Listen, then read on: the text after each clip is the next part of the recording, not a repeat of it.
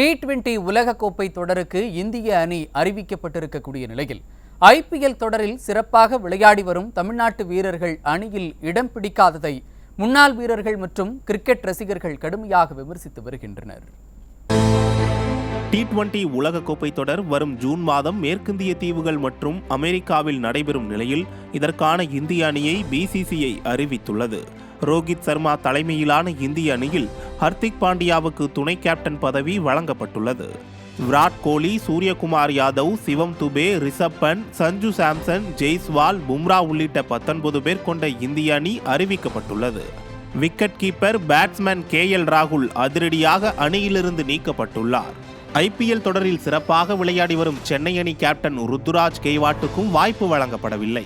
இந்த நிலையில் இந்த IPL தொடரில் தமிழ்நாட்டைச் சேர்ந்த வீரர்கள் சிறப்பாக விளையாடி வரும் நிலையில் அவர்களுக்கு யாருக்கும் வாய்ப்பு வழங்கப்படாதது தமிழக கிரிக்கெட் ரசிகர்களை அதிர்ச்சியில் ஆழ்த்தியுள்ளது.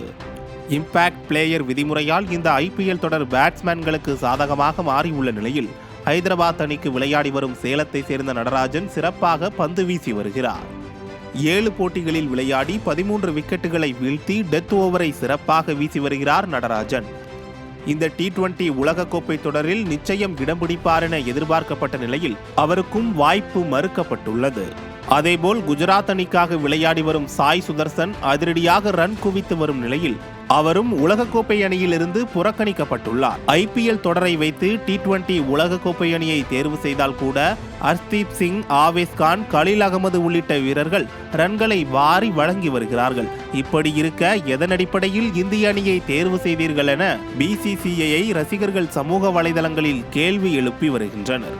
சரியாக விளையாடாத வீரர்கள் உலகக்கோப்பை தொடருக்கு செல்கிறார்கள்.